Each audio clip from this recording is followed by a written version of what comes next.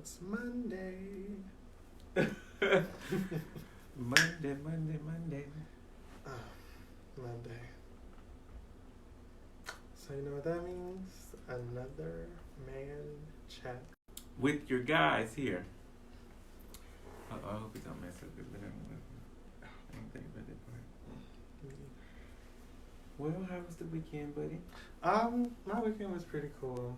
It was laid back. I just kind of, I really didn't do much Saturday. I just kind of went out and about for a bit just to get out because I had no plans. Oh, well, I was supposed to go to a wedding, but I couldn't make the wedding because I didn't check the location beforehand, and I actually couldn't really get there. So I was unable to hit the town and just was out and about, in midtown and downtown a bit. Well, you made the best of it. Yeah. And then Sunday I hung out with an old friend that I hadn't seen in a while that's recently moved back. So Sunday was cool. Nice. How was your weekend? I went home. I had a lot of orders to do, spend time with my son, and then came back. And yay, it's Monday. That's about, my weekend was a lot, but all good stuff. Of course, I'm sure. Worked in noon, so. Oh yeah, that definitely helps. I was able to sleep in. Mm-hmm. And so it gave me a good pace for the day. It felt weird getting started on a Monday halfway through, but it worked out. And now we're here. And I'm actually not exhausted. I'm hungry, but I can't wait to, eat. But it is Man Chat Monday. So we're still in our entrepreneurship series. And today's unique in a way that so I've told you all my entrepreneurial journey, but someone else has not. So we get to talk about that a little bit, and that'll be fun. But let me bring this up. Okay, so this lady bringing up Whitney Houston's legacy. Yes. How do you feel about this? Robin, I feel like, well, for one, if we're going to let Pat make this money off of Whitney and she can put out stuff that I'm sure Whitney didn't want out, then I don't mind Robin because I feel like Whitney and Robin had a nice relationship, a friendship, whatever it was, and I feel like Robin wouldn't put out anything that she felt like Whitney wouldn't want out there, as opposed to me, it looks like Pat is just putting stuff out there to get money. Mm-hmm. So I'm actually okay for it, and plus the people have been speculating about Whitney and Robin for years anyway, so. I love my Whitney. But my 2 cents on the situation is, I just think it's weird because it's been so long. Mm. I'm glad that she waited the distance and made sure everybody had time to grieve and, all of that. And not to say people aren't still grieving, but, they're at a better place with it by now, or at this point. And so she's telling her story. She's still doing it quite, I guess, as tasteful as you could. She's still not out just being reckless with whatever. I haven't read the book. So that's going to be the next thing. Am I going to read the book? But it's just, I don't know, it's weird thinking of Whitney that way, being that I knew her in a whole other way. Mm. And it's interesting. So my ear has been to the street, on the interviews. I saw her on Wendy. I got to watch her on Red Table Talk. She did the Red Table earlier today, but I didn't get to watch that. So I'm going to watch that tonight. And it's on Facebook. We'll have to share it on the page. What? Yeah, we'll have to share it on the page. And yeah, but it's been an interesting situation for me. Very interesting. For sure. Very interesting. I didn't think that news would ever, we would ever get anything on that. Because they have been a rumor for so long. And now she... Well, Robin breaks her silence. So she's out here pouring out hot tea. Yes.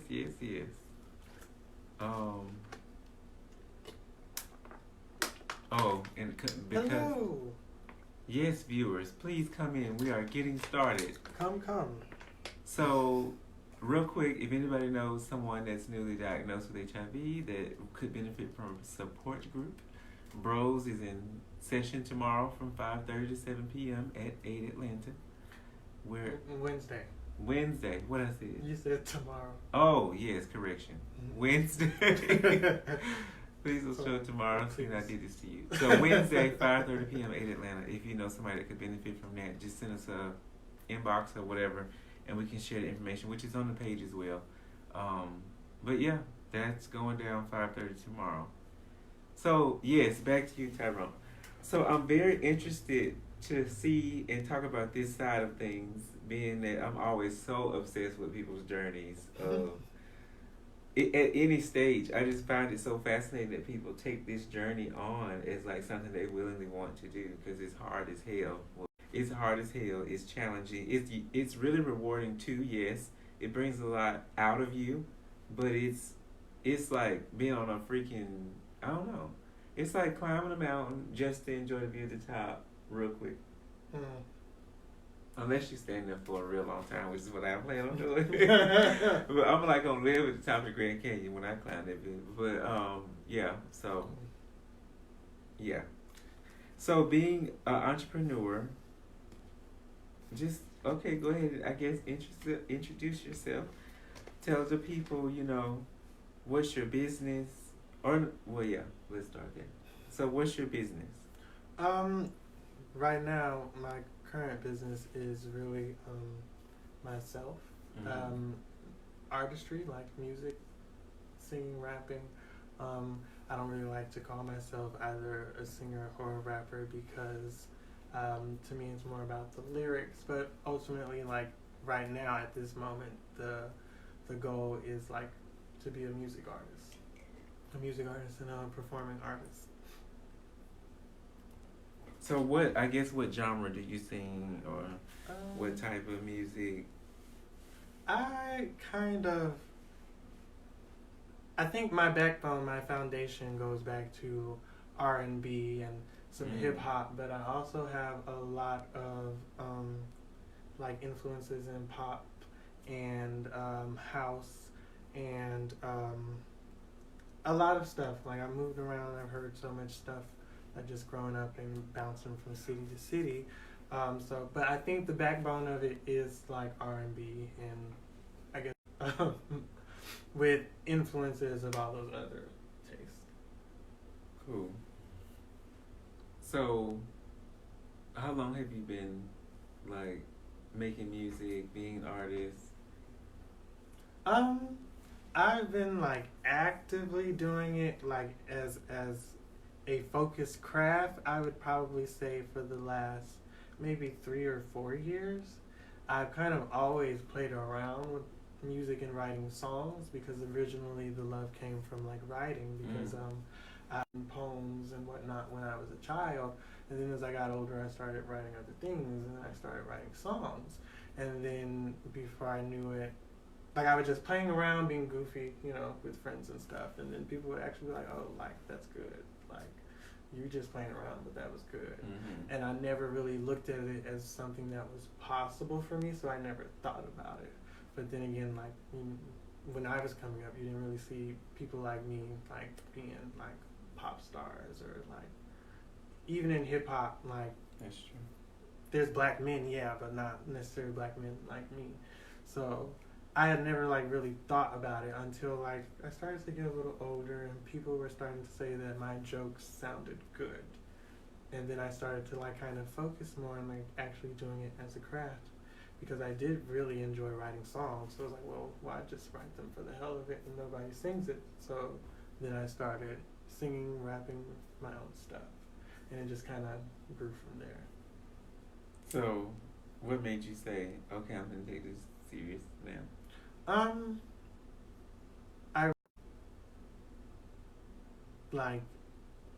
don't want to phrase it the wrong way, but I realized certain types of work, like, weren't fulfilling to me. Mm-hmm. Like, I would get in and do well even, but at the end of the day, it still wasn't fulfilling.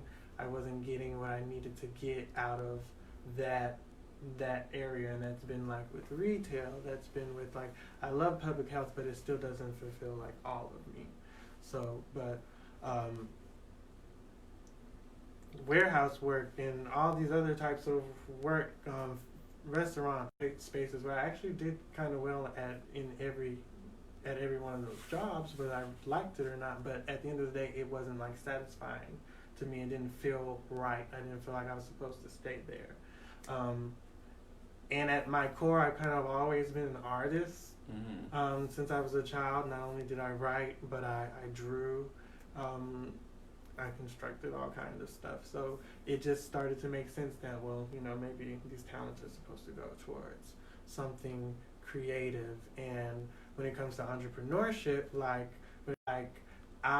it's precious to me because it's like me. I put myself into the things that I create. So I wouldn't want anybody else to like take charge of that. And that's kind of where the entrepreneurship came in. I'm also like kind of like very anti-authority, but that's also I think comes from being an artist. Like I know how I want my stuff to be, and I know march to the beat of your own drum in a way. Yes. So that's kind of what led me to entrepreneurship. I feel like structure and being an artist are two very conflicting things. Like the idea really of waking up at a certain time and I don't all that structure like that. It just that will make me wake up, believe it or not, to a bad day. Just knowing that I have all this piled up. Just when do I get to breathe? When do I get to do anything on a more of a creative scale? I like going in. One day you in the office. One day not really in the office, but one day I imagine in my head. Let me just say, I'm in my studio one day, drawing the curtains. You know, one morning, getting ready to work. It's this big industrial space of a studio loft or something here. Then I can drive off home and unplug and do all that over here. But right now, my life is not set up that way. So I'm just like, how do you get to that point?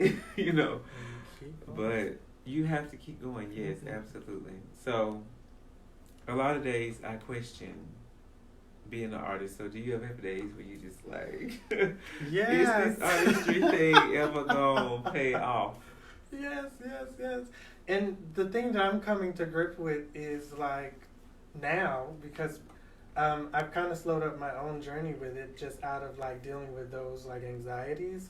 But it's like a part of me has to be satisfied with the idea of, because not everybody is meant to like how I quantify success in that realm of me. Like how I quantify success for me as an artist. Like, would you be satisfied if you didn't end up at such and such level, but you could still, you know, create freely, you know?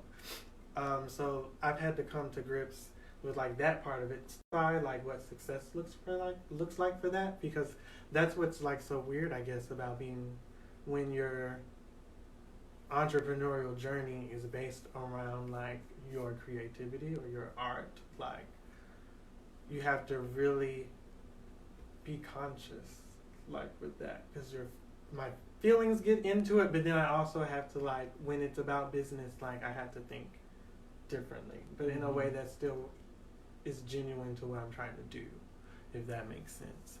So I deal with that.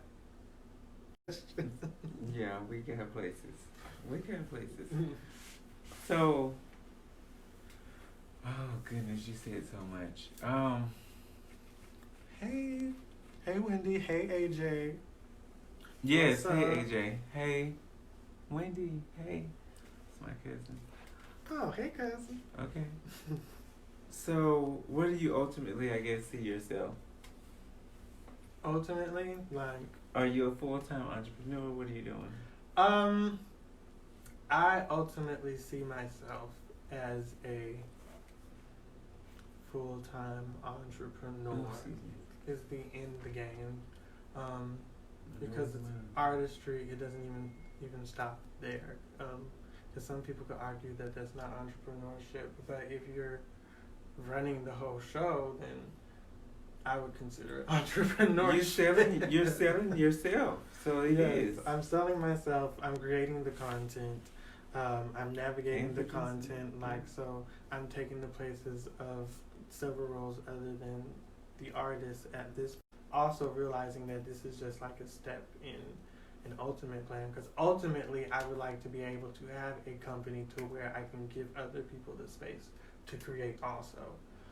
Marginalized individuals, black boys, black women, creatives who need a space and who need opportunity and resources to create, because there's so many obstacles in the way of, what if I were able to have gotten a hold of the resources that I'm trying to reach now 5 years ago? Not to say, anything's wrong with but if it were possible to be able to give somebody the resources, who knows what that could do for a community, for a person, an individual. So that's my end goal, is to be able to give somebody else like the gift of being able to create. And even if it's not where they want to go, even if it's just like an outlet, or it keeps you off of the streets, or it gives you a healthy channel. And it's so many youth and individuals alike who could like benefit. And that's just the outlet I choose. Especially like a young, like you said, a young black gay boy. I think so many times of how I wish there was just some magical little place I could have went to and played with clothes and sewing machines and not been judged by maybe the people that was around. If you think about the community centers the ones that are even in some neighborhoods, they're geared towards more basketball, all that kind of stuff. Everybody's not athletic, which, don't get me wrong, that's a great skill too, or if that's what you like. But there wasn't really any with stuff that I would have liked. And I always think, with my interest in certain things have been peaked sooner. I always think about sooner. Everything in its timing, for sure. I think about that a lot too, especially as an artist. Like, they emphasize youth so much, and I'm like, damn, like, what if I had gotten my ish together 5 years ago when I was like 20 something? I could have been Lil Nas. No, I'm They put needed, for real. But so, accepting the timing of life is definitely a skill in itself. But I know this climb is difficult. How do you document it all? Do you like journal or do anything like that? I've started to, off and on. So at this point, it's a very like sparse like documentation. But it's been something I've been actively like wanting to do, because I've always wanted to do a documentary. When I was in school, and I did media production in high school for 3 years. We did a documentary project. So maybe one day I'll post those old documentaries. But I've always wanted to do one, like just kind of like documenting like my processes now, and like some of the stuff that I go through and wanting to vent out. And so it's something I've really been playing with doing. But as far as like journaling and stuff, I've never been into like I keep a journal like a girl keep a diary, baby. Everything go down. I have to. But you know what? I think that's also partially because probably like the music that I write, the songs that I write, they're very personal. That is documentation, though. Yeah, so I guess that it's kind just of in an artistic way. Yeah. I like that. But, it's almost like making, I guess, a particular collection. I always remember what I was going through, what produced it and all that, and the same with music and singing. You can always think of what, I guess, compared to the right song or whatever. I love the fact that music is so connecting, though. You could be thinking something, you don't really know how to articulate it. You're going through something or whatever, and music is just so soothing, and it can really take you through or help you get through some really rough times, some happy times, all of that. And so I always wanted to be a musician. And I'm going to tell you what happened. What happened? I had a solo at church. And this was not a new thing. Well, yes it was, because I would always sing with my cousin. And this time I sing by myself. And so I thought I did great. I sung the song, the crowd was rocking. Well, there was a part of the song that kind of went like, la, la. And so my cousins, every time they saw me, they just started singing that part. And they would be like, la, la, every time. And so I thought to stop doing that. So I ain't going to never sing no more. And I never sang no more. Oh. I don't know if I gave myself an easy out or what. Because I love to sing. Mm-hmm. But I don't think I would ever want the pressure to sing from dollars. Mm-hmm. Me personally. I really, even with this whole thing to produce fashion and sell and all of that, I always think, if the pressure was on something like that had to rely on me keeping my own body up, something that's so determined by the universe, yes, you can eat right and all of that, but your voice, you can just wait. So I think just something like that on me, with the way I think, my personality, I think it would drive me crazy. That's why I just say, you know what, I'm going to do it at karaoke night. And if I want to record a track or something, I'll do that one day. But as far as, you know, having to sing for pay, I think I would be on the couch every other day. Not every week, every other day. I feel it. It's definitely pressure because nobody's guaranteed to like your stuff. And that too, yeah. You know, like, and if you're your only judge, like, it's just like some people have to deal with. Ain't nobody telling them that their stuff sucks.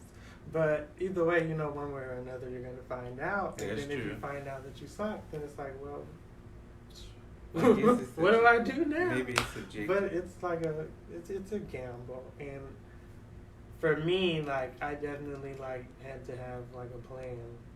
You know, at the end of the day, it has to come from passion. And it has to come from the heart as far as the music aspect. But now, if I don't know anything, I know that I have a nasty pen. And if I can't make money off of my music, I could pay. Yeah. I can make money for writing for somebody else. And there's always a need for that. And also, like, with videos and concepts and whatnot. So, but also still then, like, I'm not expecting anything to just, like, you know, and boom, I'm making money, you know, enough money to sustain myself. Hell, I could never make it. But either way, I'm definitely going to pursue the concept of, well, an production studio, whether the music pops or not. So that plan is like, that's goal, like that's ultimate goal, and music is hopefully an initial step, but at the end of the day, that's a passion. Got it. So, how is it when the business is you? Like, how is that whole? It's really trippy. Like, you really, I think, have to, like, be in tune with yourself and in check with yourself, because like, it's easy for, even just living in Atlanta, like, that on top of, like, I'm trying to be an artist and I'm trying to be public, so I'm gonna have to be in front of people, and then you start thinking about your image, and then you start thinking of, like,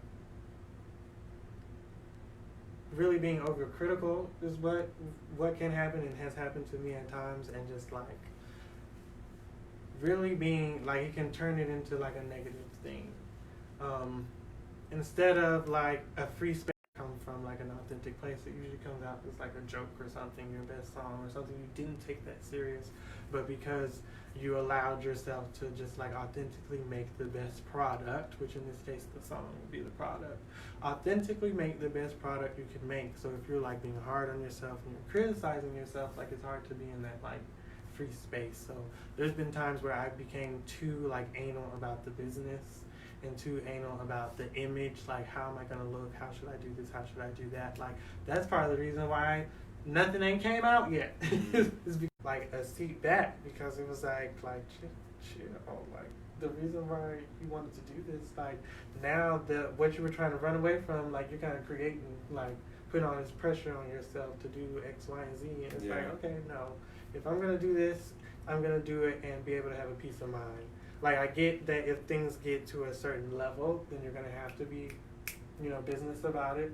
But at my foundation, like, no, I wanted to be something that I can come up with, like, organically, and not, like, pressing myself too much on, like, okay, how am I gonna look in front of people? Because I think that's what pushes a lot of stars and a lot of talented people away from doing the things, because they're so concerned with, how am I going to look in front of people? Am I going to fail? Yeah. Is it going to be good or bad? Like, you have to get over that. You have to have a tough skin. You really have to live for you, and like you said, be authentic and genuine about operating from your core, I guess. If business hadn't taught me anything else, it's definitely taught me that it's a reflection of you. And if you toe up, it's toe up.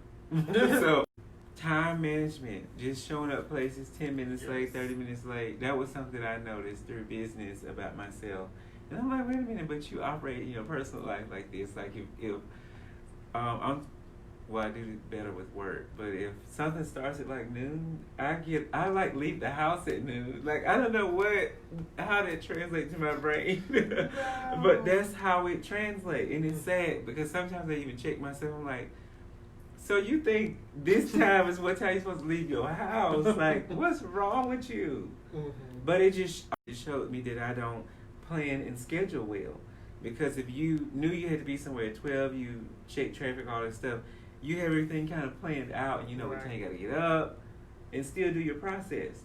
So I'm still a work in progress on these things now that I finally got it through my head that I go to work at 10 o'clock most days. And that means clocking in at 10. So, I've gotten pretty good with that lately. But, yeah, it's definitely a reflection of, but it's just, I don't know, if we were just more patient with ourselves and stop giving ourselves these unrealistic time frames to get stuff done and accomplish standards. stuff. Yeah, and definitely standards, because you're pretty much chartering this from wherever you are in life. And we've seen you can start from nowhere and get to the top. I mean, Mr. Perry, come on, Tyler Perry. Yes. Every time I think about there's no more in there, you think about something like that, and it's just so uplifting. It just makes me excited. I'm like, if he can do it, I know I can do it. Yeah. But I must say, just go back to the part of if you're the artist, pitching yourself, branding yourself, telling your own story, writing the plan out. Where do you go for help with this stuff? What resources do you have? What resources have you found?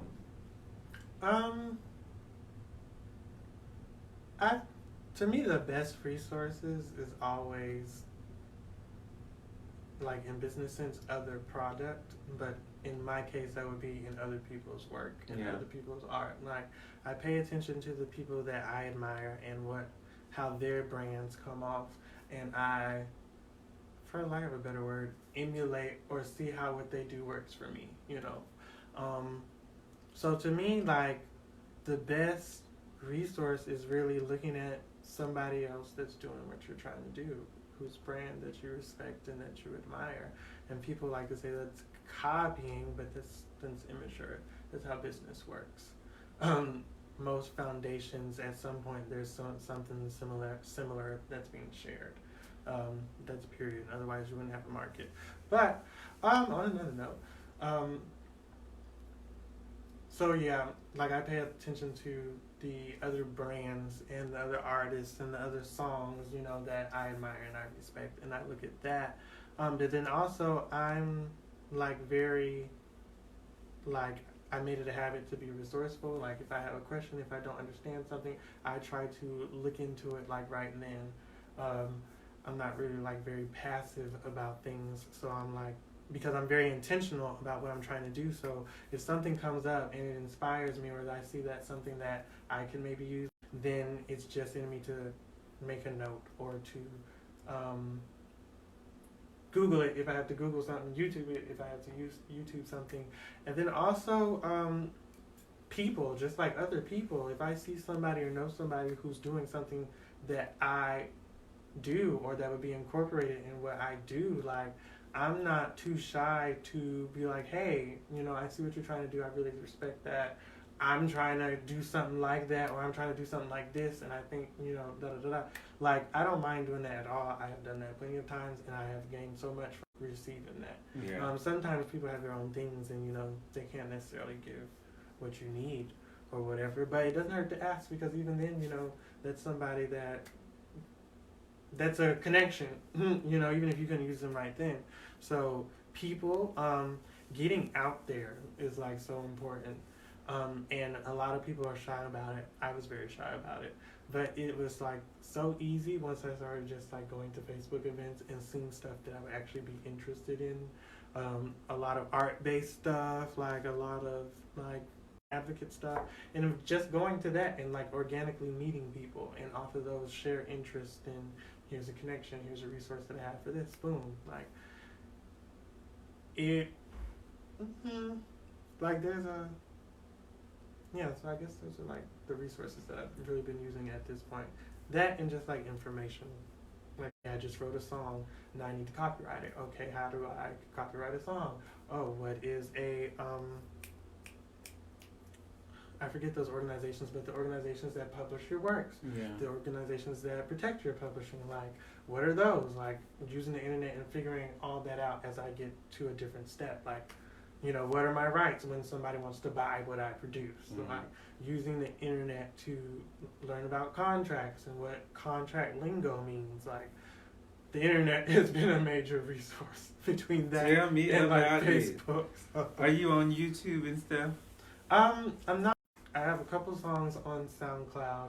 I'm like building like some foundational stuff, but at this point I'm like really focused on like the content and making sure the content when it comes out is like quality, and I feel like it really represents me, and what I'm trying to do. So I'm not on anywhere, so to speak, just yet. Just kind of like casually on social media. You like taking your time, easing into things at your pace. Yeah. And that's good that you're not in a rush. Yeah. I mean, the proof is in the sauce and in the pudding, and when you get it right and tight and feel. Because I always think, when I look back on a collection 10 years down the road, I want to be like, what the? You know, even if I was growing, I want to be able to be like, you know, that was nice for the time, for what I knew. I don't want to look back and be like, that was trash. You know, that's the worst thing. Because it doesn't, everything is being recorded. Everything is for Instagram, for social media, all this. So I don't want to have something like that that's just stuck out there, and it just makes me feel bad. So, especially me, because I like to use my stuff to make something different. Like, even now I have this song that's kind of stuck in my head. And right now in my head, it makes me think back to a situation that happened in college, because I allowed this person to change what the song meant. For me, it was just like this great song, and then they changed it and tried to use the words against me because of something that happened between a group of friends. And I said, you know what, I'm going to take my song back, because I don't want to keep remembering that whenever I hear it come on, because it's a great song. If I tell you what the song is, you'll speculate, so I won't do that. But anyway, I'm gonna get the song later, y'all. Yeah, you'll get the song. So, do you have like a plan? Do you have a business plan with? I do. I definitely do.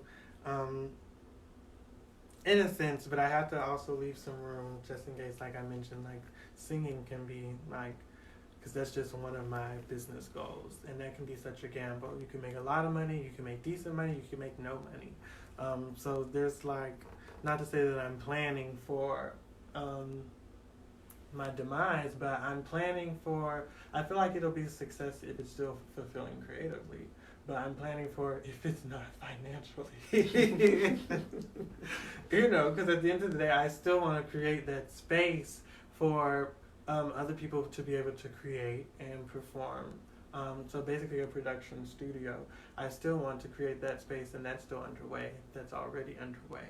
It's just a matter of where the funding is going to come from. Yeah. So leaving space for them to either be two separate entities, being the production studio and the music, or entities that can work together, has been something that I've had to consider in my plan. So the first part of the plan has really been to create content, and from there the rest of the plan will unfold, because then that would be just about like disseminating it and how disseminate it and how I want it, you know, presented and whatnot. I don't want to go like too deep into it, but of course there's definitely a plan. Like, if there wasn't a plan, then I wouldn't feel confident enough to be talking about I'm doing something. Because if you ain't got no plan or something in the work, then like taking up a title, it's like, can you really? You know? So, but it's something that I've actively been working on and am still working on. Like, most people don't know, you know, what's going on, what's underway, and what's been done. But that's because you won't know until I feel like it's time for it to be presented. And then Boom. Like I said, the proof is in the pudding. Like, if I would have known half of the things that I knew now, especially when I first started, everything you want to document, you want to hurry and put it out, you're so proud, blah, blah, blah. And then people immediately start, oh, are you going to be in this show? Are you going to be in that show? And then some of that stuff can kind of go to your head and you can think, oh, this is nice. I'm going to always get invited to places and all that. No, but when your stuff starts to die down, are you going to be, is there anything in the cup to keep going, Right. And so I was glad that I was always able to balance all of that. I still was very concerned with, I could do anything. I wanted to find my lane, but I still wanted to do enough to kind of keep the buzz going, all of that. But I do wish there were times where I chose to do less shows and concentrated more on the content and making sure that whatever I was making was right and tight. I was even thinking, we had Derek on last week, and after the interview, I was thinking to myself, had I sat and learned from him more of how to make the clothes, I wouldn't be as far behind in that aspect when we were. But you don't know what you don't know. So, yeah. But looking back, I was thinking to myself, I must always be well-rounded in my business because I don't want one moving part. Because, people work places, they don't work places, it don't work right now, it's working right now. You're able to do that, and that's actually a beautiful thing about us living in the United States and being a part of the world, I guess. Now, with you can start a business on Instagram. You can build your own website on Squarespace. All of this stuff. And so, even earlier, and I meant to say this, when you were saying what all that you did in the production aspect and everything, I was thinking, damn. Back in like Martin Luther King days, they was just honored to be able to sing. And the man was taking the bag, all the damn bags. You listed about 15 of them that you was getting for yourself. Like the plan that you was unfolding. And I was just thinking, damn, like that's a blessing even in you saying that. Y'all, I be taking home so much stuff from Man Chat Monday. Stuff that really do mean something to me. It's big, that's huge that we're even able to sit here and talk about being an entrepreneur when our people went through what they went through. Okay. Just wanted to say that. That was the first thing I thought of when you were saying that. So yes. So how did you end up in Atlanta? I came to Atlanta more so to get away from like attitudes and just like social climate that was just like not friendly to me as a black gay man. Like not dangerous, but it definitely was a lot, and it was, of course, it's much smaller than Atlanta. Like from Clarksville to other places, like Atlanta on the internet, on the media and stuff, it looked like it was like welcoming to like gay black men. So I was like, yeah, that's where I want to be. That's where everybody was taking the pictures and they were together and they were having fun and they were dressing how they wanted to dress, and it looked like nobody was bothering them. Even though once I moved here, I got here and learned very quickly that it's not that these people don't dislike what you're doing. It's just too many of us for them to get too reckless. But that's why I moved here ultimately, and to go to school. Of course, I used school to get to Atlanta. So well, I thought I was too, but it ended up being a job. Things happen when they happen. I didn't know so many people move over like being in love. And so a lot of people, it's interesting because one of the founders of National Fashion Week, I was reading a biography about her in like a magazine. She moved initially to Nashville because of a boy. And I was thinking, damn, and then you make this whole fashion week and all this stuff, so it's huge. But that's just crazy. I was thinking, would I have moved for a boy? And I'm thinking, dumb in hell, yeah, you would have back in the day. Not now, but I would have. I don't think that's something I could get. I think my ass would have at some point. I've done some dumb stuff when it came to love, so who knows?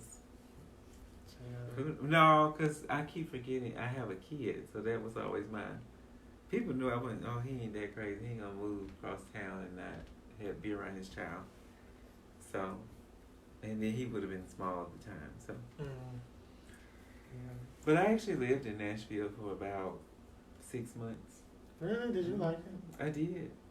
I loved it. It snowed there. I felt like I was just getting my feet on the ground. You have a baby coming. Back to Birmingham. Oh. Yeah, I was going to Tennessee State. Oh. That's why I wanted to go for nursing. Mm. So bad. Life just, life is whatever. I ended up at the very school I did not want to go to. I started out, people, where do you want to go to college? Not UAB. That's the only thing I knew. And where did I end up? UAB. Oh. See? We gotta watch what we be saying. All y'all to be like, I want my son to be gay. Okay. You better watch what you say, child. Watch what you say. What you put out. Mm-hmm. What does Tyrone Pollard want to be known for? I want to be known for...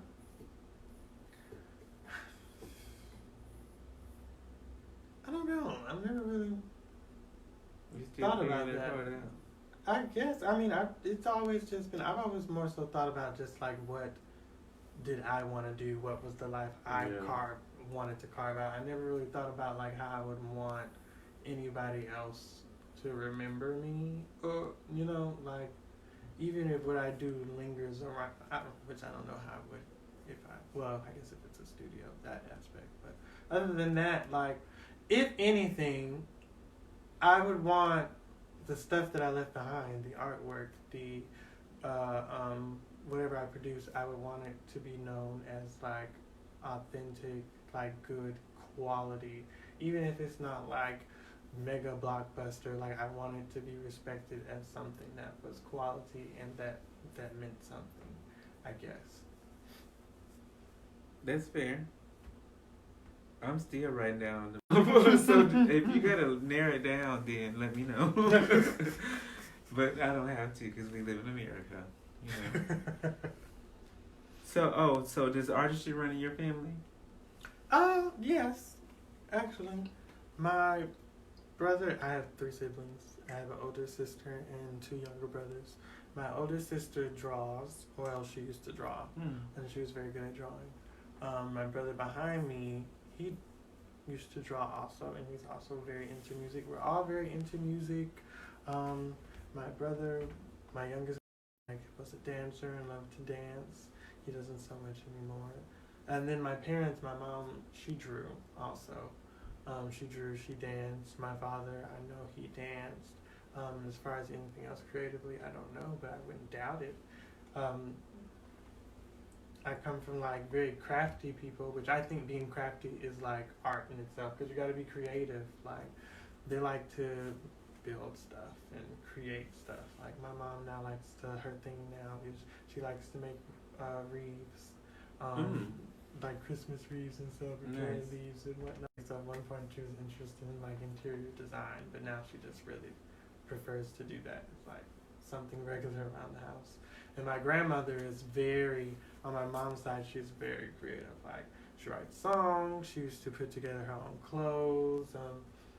She was also like an amazing like baker and cook, known for like the original way she did stuff. So it does like run in the family, from what I know at least. That made me think about my grandma. When she used to leave and stuff, I would just try on all her stuff. She had the most, she wore the big wigs, she had all the big dresses, and me and my cousin's child, we used to be up in the house in her heels and her dresses. And this is the first time I'm publicly telling this story. But ain't nobody watching no way. But we used to have on her stuff, and when she would pull up, one day she said, "Y'all been in here dressing like women," because we had to throw everything in one pile and just hurry up and get out of this shit. No. That was so funny. She was like, y'all been in here dressing like women because here all the stuff right here, shoes and dresses. No. We had the purses, the necklaces, everything. Child, y'all doing the whole get up. Y'all doing the I had to put on the whole. Right, you had to get the whole. I felt like we was on 227. That was on the proper. On what? I said I felt like me and my cousin was on 227. That's how we was dressed with the ugly dresses on. No. Oh, grandma. But now that I'm grown and dressed the way I dress, and I go to the thrift store, and I basically do all the things that I did when I was with her. I'm sorry, y'all. I'm fidgeting, but I really have to pee. Well, you can have a 13 more minutes. TMI. But so, did anybody have any questions? Let us know. Let us know.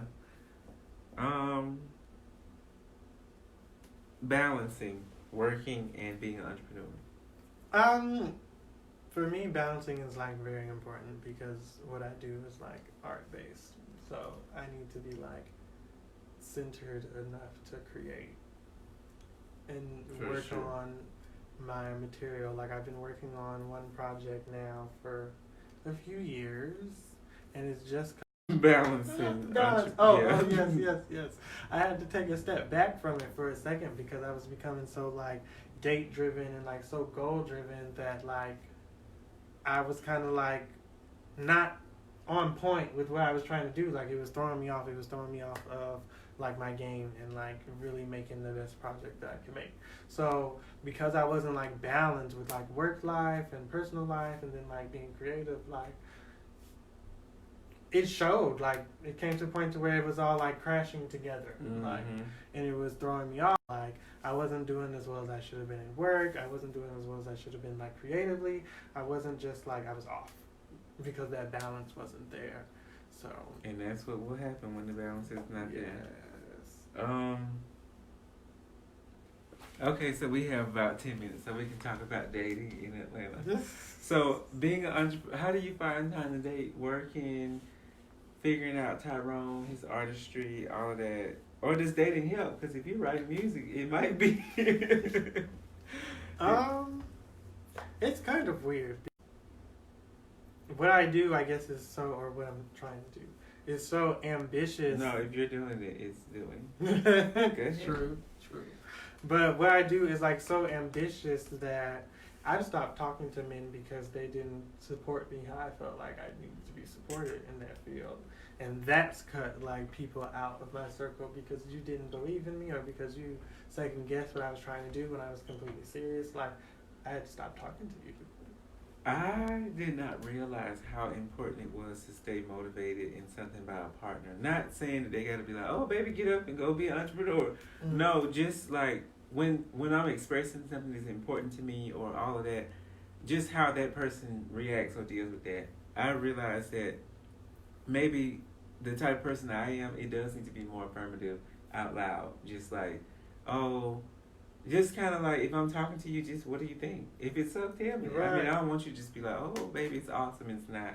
Right. But like really into it, I guess. And listening. That's important.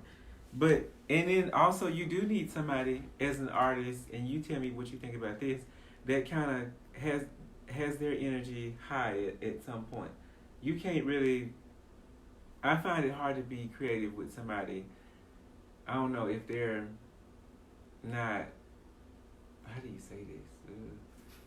I don't know. Like if their energy fluctuates a lot, then yours will tend to too, I guess.